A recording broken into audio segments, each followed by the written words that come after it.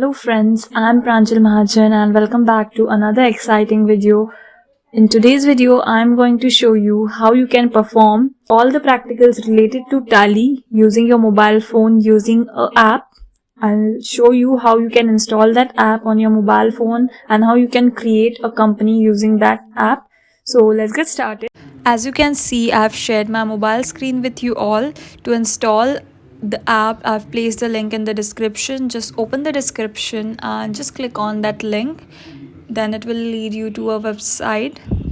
Let the website get open.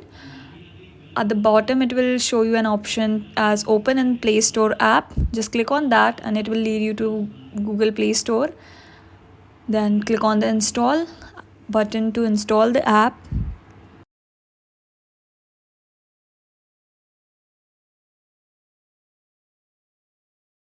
Now my app is completely installed. Just click on the open button and allow it. Then let it open.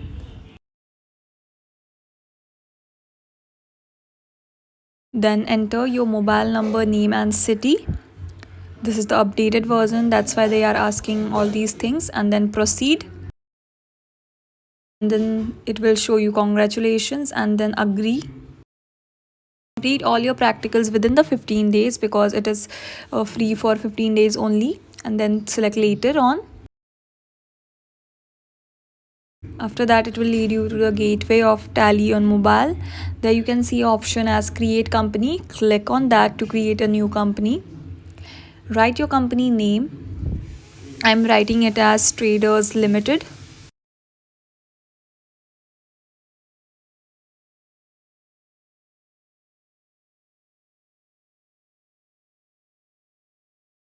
And then select the state. I'm selecting here as Maharashtra.